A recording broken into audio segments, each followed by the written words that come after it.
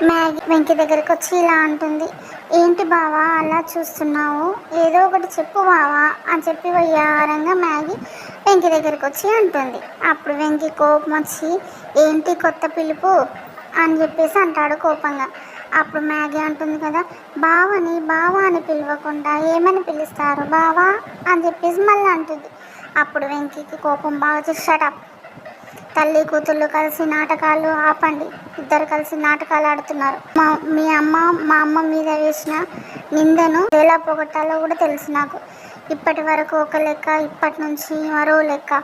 ఇక్కడున్నది అల్లాటప్పవాన్ని కాదు, మీ మమ్మీని అల్లాడించడానికి వచ్చిన గరాన మొగుణ్ణి.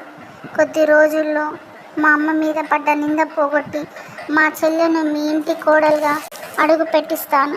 ఇక్కడితో మీ నాటకాలన్నీ ఆపేసేయండి.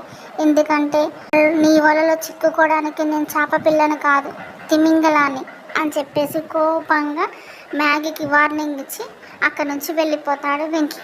కానీ ఇంతటితో మ్యాగీ ఆపుతుందా?